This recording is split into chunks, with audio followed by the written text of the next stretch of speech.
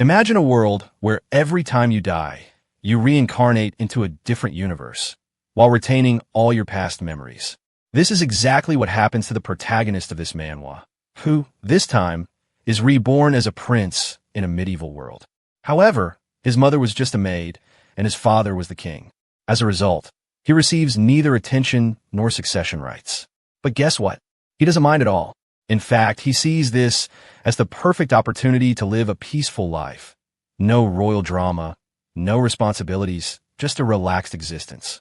Of course, we all know things won't be that easy for him.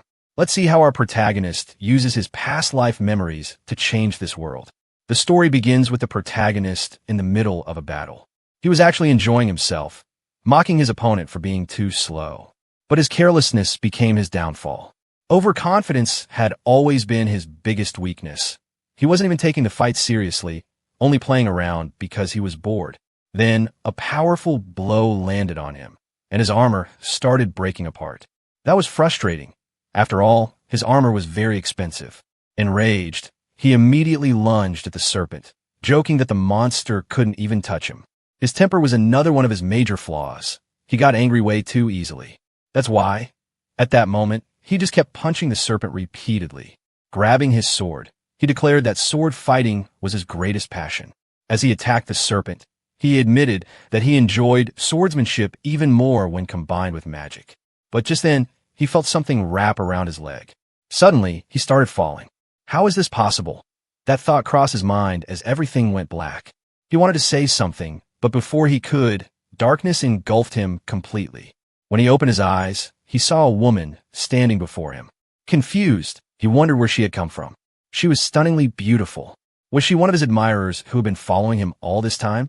He wasn't sure, but he was exhausted from his previous fight. The woman slowly approached and gently placed a kiss on his forehead. He actually liked it. Her scent reminded him of fresh flowers. As he observed her more closely, he realized her beauty was beyond imagination. He couldn't help but move closer, wanting to kiss her. And that's when it hit him. He was a baby. Realizing this, he immediately started crying. Turns out, the woman was his mother. She assumed he was hungry, but in reality, he was crying because he had reincarnated yet again. Unlike others, he was reborn after every single death, and this cycle was endless. But why feel sad? Why be frustrated? This was his 101st life. Before Ariel's eyes, flashes of his past lives appeared. His student years, his time as a knight, even his life as a samurai.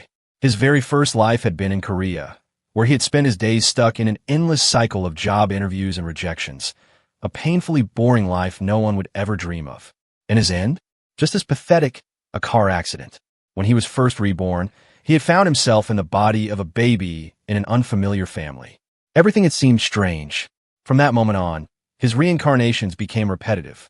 Each time, he was reborn into different worlds, different eras. Ariel could easily boast about it. After all, he had lived all kinds of lives in all kinds of ways. That's why he had grown completely familiar with this situation. A rebirth, which most people could only dream of, had become an ordinary occurrence for him. Drinking milk, he began to wonder, where had he reincarnated this time? Looking around, it was obvious that this place resembled the Middle Ages. One thing was certain. He was no longer on Earth, and this rebirth wasn't logical by any means. That could only mean one thing. He had once again been transported to another world. But he had no complaints. After all, he actually liked these new worlds. They were often more comfortable than Earth. And this time, he was even lucky. Judging by his surroundings, he had been born into a wealthy family. There were several maids around him, which meant he belonged to a noble household. On top of that, his mother loved him dearly. Ariel initially struggled to understand their language, but over time, he grew accustomed to it. A new world and a new language. Some confusion in the beginning was natural. However, the warmth of his mother's hands and the kindness in her eyes made everything clear. She truly loved him.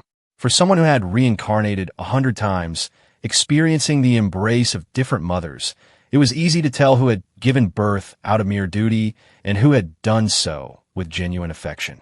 It was a bitter truth, but there had been times when he was abandoned at birth or expected to repay the kindness of being raised.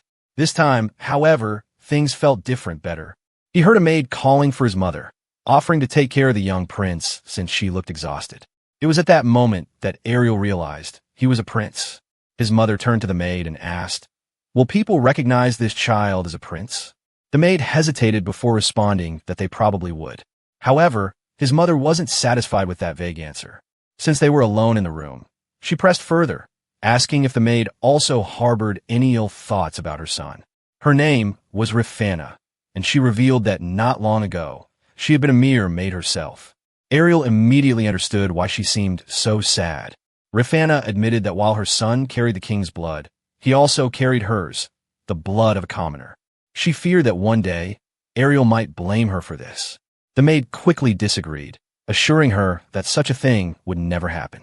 However, Rifana sighed, knowing that despite being a prince, despite having imperial blood, her son's future would not be easy. In fact, had he not been a prince, his life might have been much simpler. She turned to Ariel and apologized. She was well aware of what the other noble families thought of her and her son. Because of her, Ariel had no rightful claim to the throne. She blamed herself for it. But Ariel, unable to speak yet, did everything he could to wipe the tears from her face. Rifana quickly composed herself, feeling as though her son understood her sorrow and was trying to comfort her. The maid, noticing this, smiled in agreement. Ariel tried to show that his mother had no reason to be sad. He was fine. He didn't care whether he would inherit the throne or not. He wasn't concerned about gaining followers either. Simply being a prince already meant he was fortunate. In the future, he could ignore any nobles who tried to trouble him, and even the imperial family wouldn't be able to control him. A prince's life was bound to be busy anyway.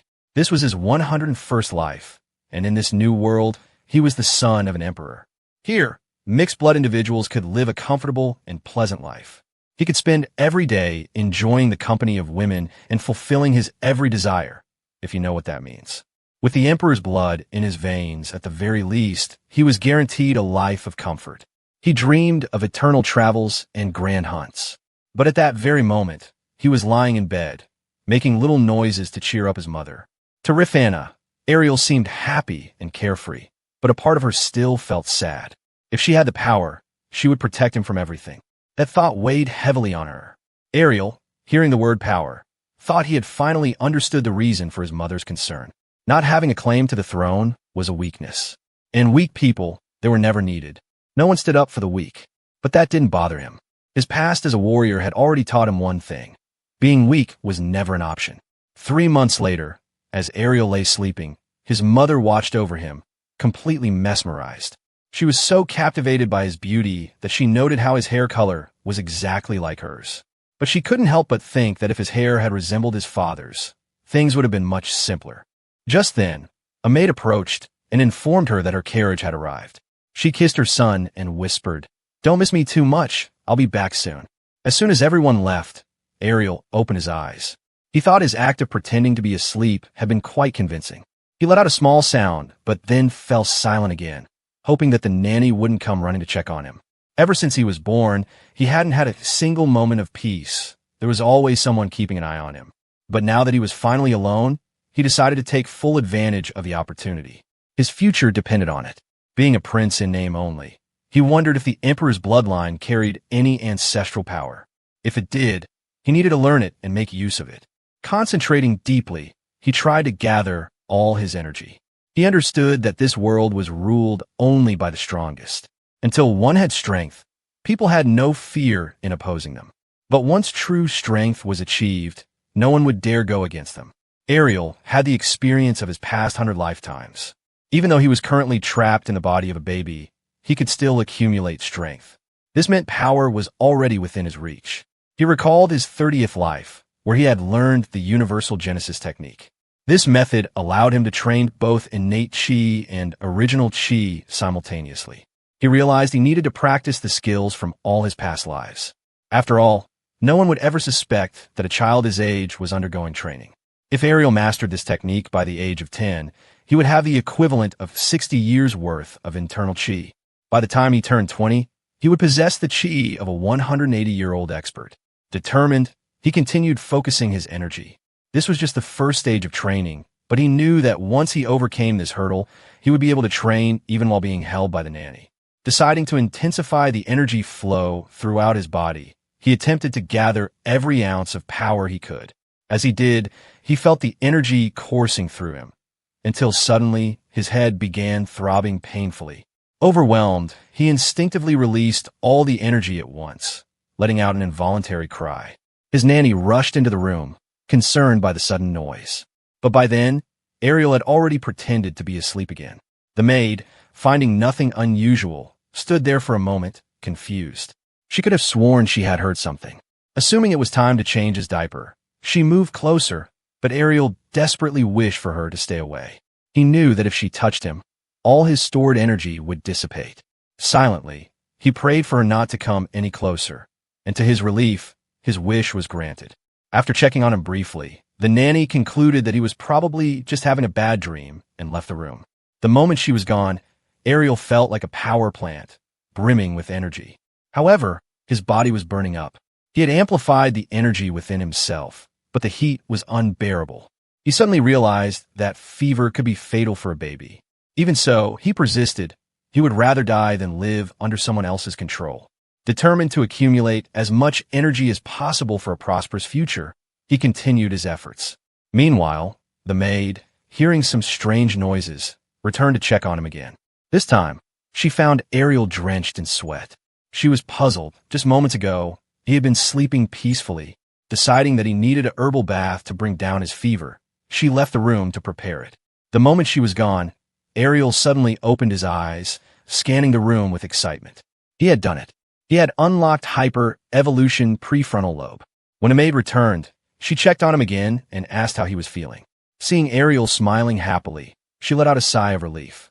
Arel thought that his nanny had no affinity with mana. Now, with his new technique, he could detect and absorb mana from the atmosphere. This allowed him to accumulate energy effortlessly, whether he was eating or sleeping. Unable to contain his excitement, a smile spread across his face.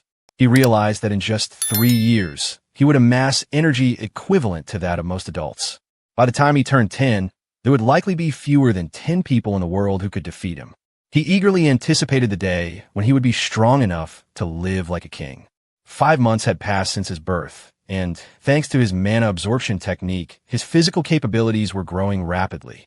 His inner energy was developing at a much faster rate than other children. However, for now, he could only crawl on the ground. Even so, he never stopped trying, convinced that soon his power level would increase to the point where he could even float in the air. At that very moment, he suddenly felt himself being lifted. But it wasn't his own strength. His mother had picked him up. She handed him a toy, something he hadn't expected. It was a rattle. At first, Arel didn't react, but when he saw the disappointment on his mother's face, he quickly grabbed the rattle and started playing with it. On the outside, he looked happy, but deep down, he felt embarrassed by his actions. Seeing his excitement, his mother and the maid burst into laughter. Rifana cheerfully declared that she would play with Arel a lot, while the maid praised his reactions. His mother called him beautiful and asked whom he took after. Arel enjoyed being complimented and believed he resembled his mother.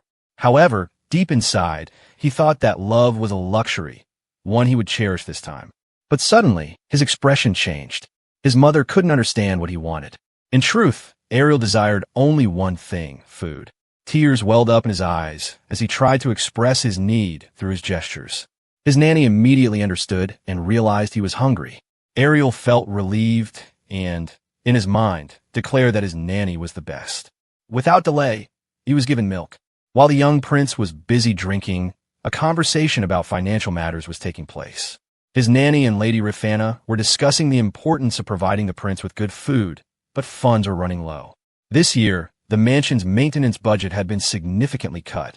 Even raising a single child had become difficult.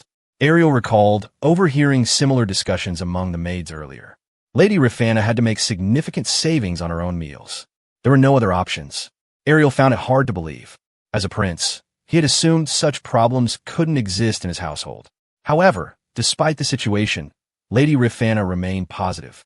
She reassured everyone that while things were bad, at least they weren't starving. The maid added that it was a relief the number of soldiers hadn't been reduced.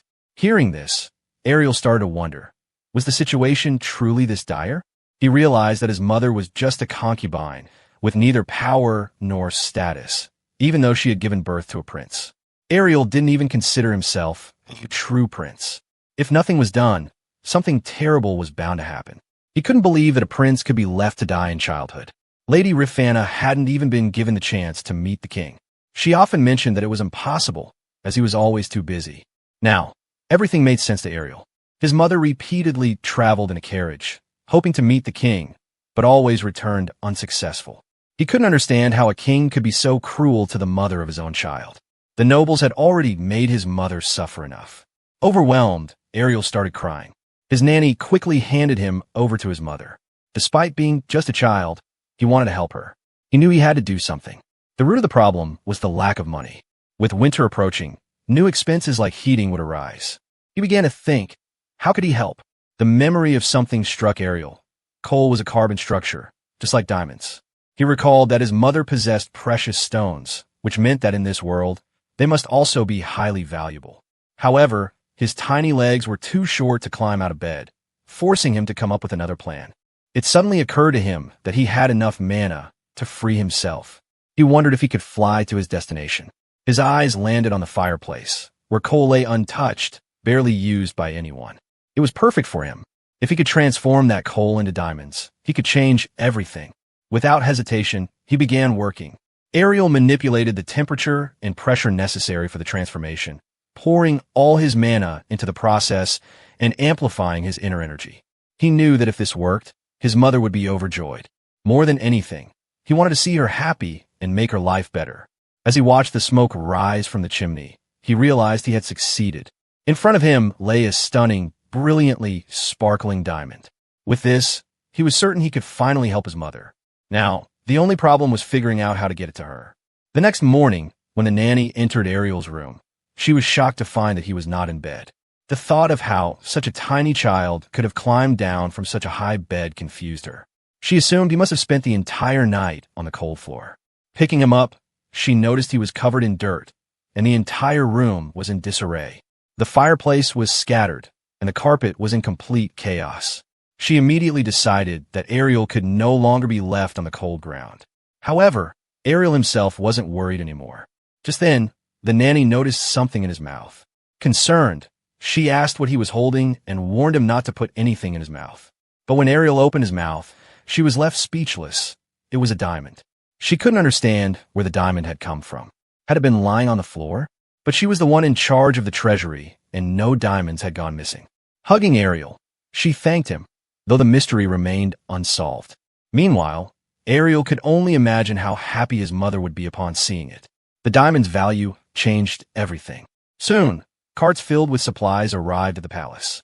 There was now enough firewood to last through the winter, along with provisions to keep everyone well fed. The diamond had covered 5 years' worth of living expenses. Still, doubts arose. Rifana questioned whether they had done the right thing. What if the diamond belonged to someone else? But the nanny reassured her that such a thing was impossible. The palace had been built 100 years ago, long before Lady Rifana had arrived. Everyone saw it as a divine gift sent from the heavens for the young prince. Rifana was overjoyed and truly believed it was a blessing from the gods. Meanwhile, Arel silently spoke to his mother in his heart, telling her to wait just a little longer. One day, he would grow up and free her from all these troubles. In his mind, he pictured himself standing before her as an adult. But for now, he was still too small. He made a silent promise. One day, he would prove to the king and everyone else that he, too, had a place in this world. That winter, the fireplace remained constantly lit, filling the palace with warmth and comfort.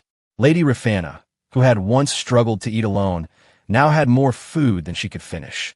When she inquired about the servants' meals, the nanny assured her that there was no need to worry. There was now plenty for everyone.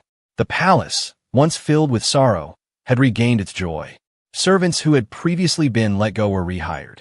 Most importantly, Arel's mother was no longer sad. She always looked beautiful, smiling as she once had. That winter had been the coldest, yet for the first time, everyone passed through it in comfort. A year later, the nanny was selecting an outfit for Arel. Rifana approved the choices, though she preferred more rigid designs. However, Arel absolutely hated changing clothes. He found it exhausting to even think about, let alone participate in. He couldn't understand what holiday required such an effort.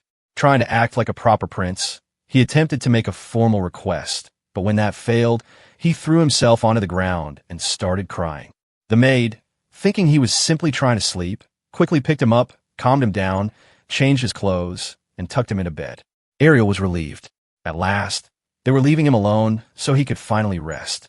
On the other hand, the nanny was thrilled. Today was a special day. Arel was about to be officially introduced as a prince of the imperial family for the first time. Upon hearing this, Arel was stunned. Was this really happening? He couldn't believe it. Meanwhile, Rifana was delighted that Arel had made it through his first year without any complications. However, Lady Rifana harbored a concern. Though Arel was only a prince in name, royal blood ran through his veins. She wondered whether the king would attend his son's birthday. The nanny, however, doubted that the king was ignoring Arel. She believed he was simply waiting for the right time, as newborns were often vulnerable to unfortunate events. Hearing this, Arel was even more shocked. His birthday was truly approaching, and everyone was preparing for a grand banquet in his honor. Miss Rifana was particularly happy. Her son was finally going to be recognized as an official member of the royal family. The empire's laws were in his favor, and that was why she had been in such high spirits lately. Arel, however, had other thoughts. Would the other aristocrats attend this banquet? More than anything, he longed to see his father, the man he hadn't laid eyes on since birth. The banquet was magnificent, with a grand gathering of aristocrats and servants. The grand banquet hall was filled with extravagance, and Arel couldn't help but wonder how much money had been spent on the event. Everywhere he looked, people were dressed in fine clothes, far more elaborate than anything he had ever seen. Was this how everyone dressed for such occasions? The maid tried to explain, but he wasn't interested. Too many unfamiliar faces surrounded him, making him uneasy. For the first time, Prince Arel found himself amidst such a large gathering. His mother sensed his discomfort and reassured him, telling him that everything was fine, that tonight he was the most important person in the room. But Arel noticed the way the aristocrats had already begun watching him. He paid them no mind. He needed no one's approval. Instead, his thoughts drifted to a single question. Where's my father, the king? He wanted to look directly into his eyes, unafraid. Just then, the imperial family made their entrance. Arel immediately tugged at his mother's dress, his curiosity getting the better of him. He asked in a hushed voice if she was truly the reigning empress and who the children beside her were, especially the older boy. But what caught his attention more was how everyone ignored his mother completely, as if she didn't even exist. Yet, she remained unbothered, unfazed by their deliberate disregard. Instead, she turned to Arel and gently asked if he was feeling uncomfortable, assuring him that the banquet would be over soon. When she smiled at him, Arel noticed her gaze was elsewhere, fixed on the king, his father. The king stood tall, his presence dominating the room.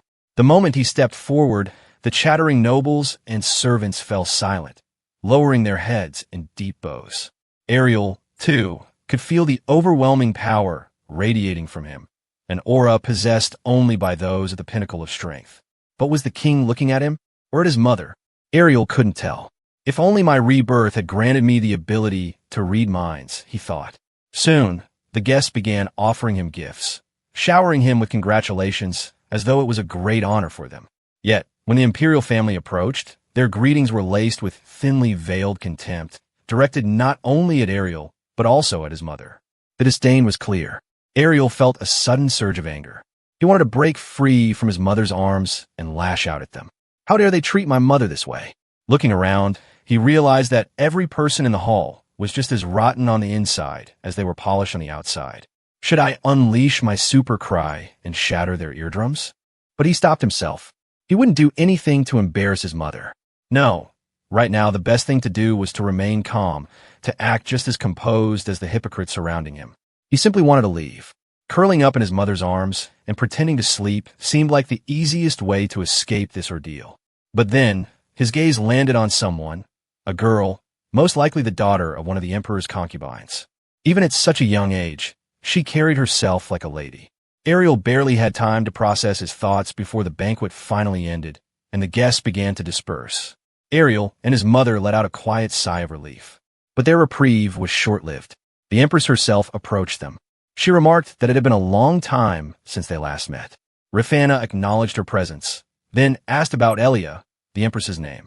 Elia responded with a polite smile, saying that everything was fine, especially because of her son, the heir to the throne, who was always by her side.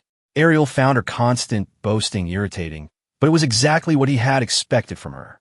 Still, the Empress regarded Arel for a moment before commenting that he was sweet and bore a strong resemblance to his mother.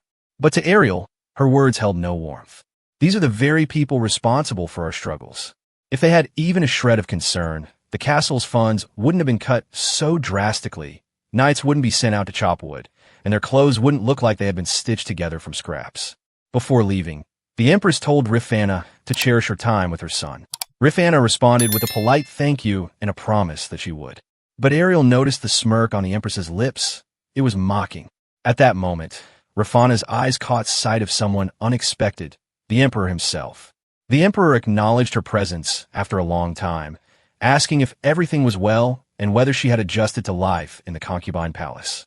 Rifana, keeping her expression neutral, responded with a lie, saying that thanks to his grace, everything was fine. Arel, watching from her arms, felt nothing but frustration. Everything about this is wrong. If nothing else, he at least wished the Emperor would offer them some financial support. The Emperor, intrigued, expressed a desire to hold him. It was the first time he had seen his son in a year. Why isn't he crying? The Emperor mused. Every other child wails endlessly in my presence. Arel debated whether he should simply smile. If a man cannot be softened by his own child's smile, can he even be called a father? As the Emperor lifted him into his arms, Arel fidgeted, trying to make him put him down. Rifana quickly explained that Arel was still too young to walk. But at that moment, to everyone's shock, Arel stood and took his first steps. The entire hall fell silent. Arel knew that all eyes were now on him. I must make this moment unforgettable. After all, I am Prince Arel. Determined, he walked toward the grand table. But as he leaned against it, the entire structure collapsed. Food, drinks, and decorations crashed to the floor. Rifana and the Emperor reacted immediately, their concern evident as they watched everything spill and break. But to Arel, this was all part of the plan. He had chosen the perfect moment for dramatic effect, to make sure the prince's first steps would never be forgotten. As he tumbled to the floor, he decided to cry, loudly. After all, he was just a child. The Emperor quickly picked him up and examined him. Fortunately, he was unharmed, merely covered in spilled wine. A nanny stepped forward, eager to take Arel from the Emperor's arms. But to everyone's surprise, the Emperor simply said, "It's fine." The Emperor's gaze fell on Arel, and he noticed that the clothes beneath his outer garments were in terrible condition. The nanny was shocked. She had dressed him in fine clothes, yet here he stood in rags. The courtiers began whispering among themselves, murmuring that such attire was unworthy of a prince. However, the Emperor's expression darkened with anger, and he ordered everyone to be silent. He then questioned how Arel had been living to end up in such a miserable state. Meanwhile, Arel was secretly celebrating. This was all part of his plan. Earlier that morning, when the nanny had prepared his clothes, he had put all his strength into pulling and stretching the fabric. Making them look sloppy and worn wasn't difficult. The garments were so fragile that he had easily torn them apart with his bare hands. Just a little rubbing had caused the threads to shred. Behind the illusion of luxury, an uncomfortable truth had been hidden, and Arel had now revealed it for all to see. Turning to Arel's mother, the Emperor demanded an explanation. If maintaining status was so difficult, then what was the reason? Arel's mother grew anxious, but the Emperor didn't press her further. He knew it would be pointless. Instead, he summoned his trusted aide, Zenithal, and asked how much budget had been allocated for the maintenance of the concubine's palace. Had his orders been properly implemented? Zenithal confirmed that he had distributed the budget equally, as per the Emperor's instructions. The Emperor, however, frowned at the word equally. Nothing about this situation seemed right. Without hesitation, he ordered the budget report to be brought to him immediately. Observing all this, Arel realized that despite the interrogation-like atmosphere, this was a valuable opportunity to understand the kind of man his father truly was. His mother, distressed, took responsibility and said it was all her fault. But instead of reprimanding her, the Emperor lifted Arel into his arms. At that moment, Arel understood just how crucial this situation was. Looking at his mother and nanny, he urged them to endure a little longer. Just then, the Emperor's secretary arrived with the documents. Everyone knew what was about to happen. The moment the Emperor saw the papers, he used his power to burn them to ashes. Arel was stunned. He had never expected the Emperor to be unaware of all this. The Emperor turned toward the Empress and asked in a grave tone what was happening. Why had this occurred? He reminded her that his predecessor had left almost nothing for the concubine's palace. But instead of responding, the Empress feigned ignorance. Growing more serious, the Emperor questioned why he had never been informed. Budget distribution was her direct responsibility. At that moment, the Empress's eldest son stepped forward, claiming it was all a misunderstanding. He insisted that his mother would never do such a thing. But the Emperor only grew more upset. He stated that it didn't matter. She was the leader and was therefore responsible for the mistakes of her subordinates. Because of her negligence, Arel had been left hungry and without proper clothing. The older son turned to Arel with a guilty expression, but Arel disliked the pity in his eyes. He felt no trace of the Empress's usual commanding presence. His father's charisma had completely overshadowed her. The Emperor then directly asked the eldest son if he was implying that his mother had nothing to do with this. The young man hesitated, lowered his head, and fell silent. With disappointment evident in his voice, the Emperor approached the Empress. He told her that he was deeply let down. Just then, Lady Rifana stepped forward and pleaded with him not to blame the Empress. She insisted that it was all her fault and that she didn't deserve anything.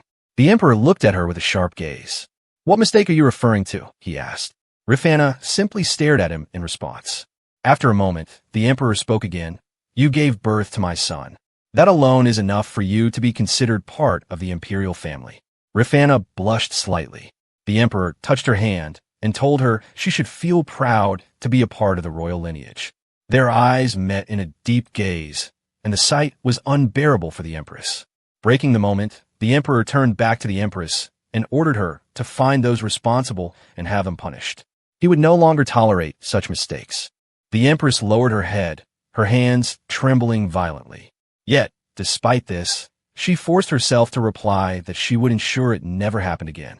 The Emperor gave her one last look before issuing a final warning. This was her last chance. If it happened again, she would face punishment. Panicked, the Empress apologized repeatedly, promising to see that the culprits were dealt with. But deep down, she seethed, blaming those lowly people instead of herself. The Empress approached Rifana and said she couldn't understand how this had happened, nor could she justify herself. Arel, however, saw through her act immediately. It was obvious that she was just pretending, and there was no way anyone would believe such a poor performance. Even so, his mother told the Empress that she didn't need to apologize. Arel couldn't understand why she was saying that. At the very least, she could have scolded the Empress because, after all, everything had happened because of her. The Empress assured them that this would never happen again, but Arel couldn't see any sincerity in her eyes. At the very least, she should have looked guilty. He began to wonder how many people were involved in this conspiracy. Finally, Arel's birthday came to an end. The official investigation found the guilty party to be a lesser aristocratic family. Without any elaborate procedure, they were executed right there in the palace. The servants gossiped among themselves, saying that by the end of the investigation, the aristocrats had admitted their guilt. However, they couldn't figure out where such a large sum of money had been spent. Everyone seemed relieved that the matter had been resolved, but Arel realized the real culprits had gotten away. The case was immediately closed, and to him, it all felt incredibly unfair. He made up his mind that once he grew up, he would ensure that justice was served. But for now, he was still a child, and his body only wanted one thing: food. Overcome with frustration, he started crying. A maid quickly came over to check on him and began feeding him with a spoon. Despite everything, he was content with his current life. Still, he thought he needed to work on his body, knowing that he would remain a child for a long time. Then again, for now, all he really needed to do was eat and play. After finishing his meal, he decided to sleep. And with that, this episode comes to an end. If you want to see the next episode, make sure to like this video and let us know in the comments what improvements you'd like to see.